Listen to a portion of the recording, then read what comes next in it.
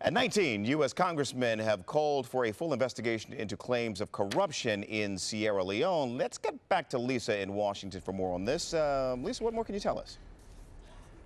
Well, Tony, it turns out that members of Congress want the U.S. Secretary of State to get involved.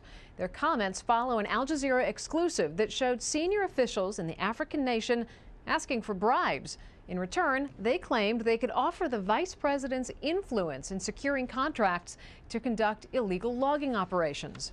The congressional representatives have asked U.S. Secretary of State Hillary Clinton to, quote, push the government of Sierra Leone to launch a full and transparent investigation. And they requested that the Department of State report to Congress with information regarding the progress of the investigation.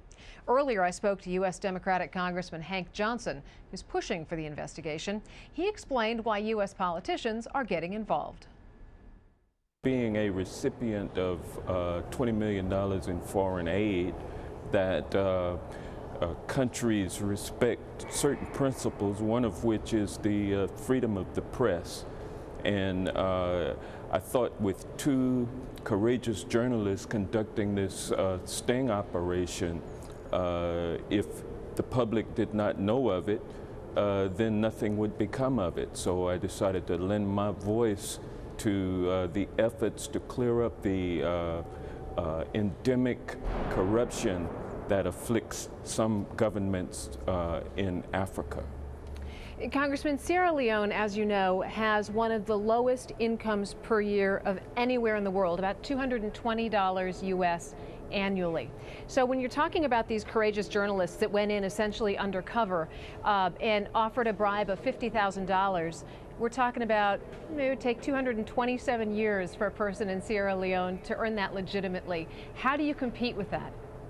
Well, you know, I think that it's important that Africa do what it can to preserve and protect its natural resources and to make sure that all of its people benefit from the exploitation of it. But how do they incentivize that when you've got this kind of money being offered to such a poor country? Well, first, I think you have to get rid of the corruption, and I think that you have to investigate it, and wherever you find it, it should be rooted out. And I think that this kind of activity by a free press will be the impetus for African governments to clean up their acts.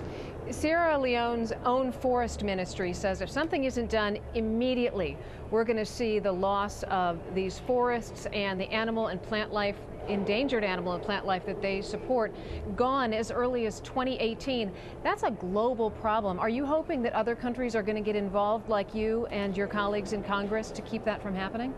Yeah, and I'm going to do my best to get more colleagues, more of my colleagues here in Congress involved in this. We've got 18 that signed on to the letter that I sent to the State Department requesting that this matter be investigated. And all 18 are concerned about the environment, deforestation, things of that nature, in addition to so many other concerns that we have about the people of Africa. And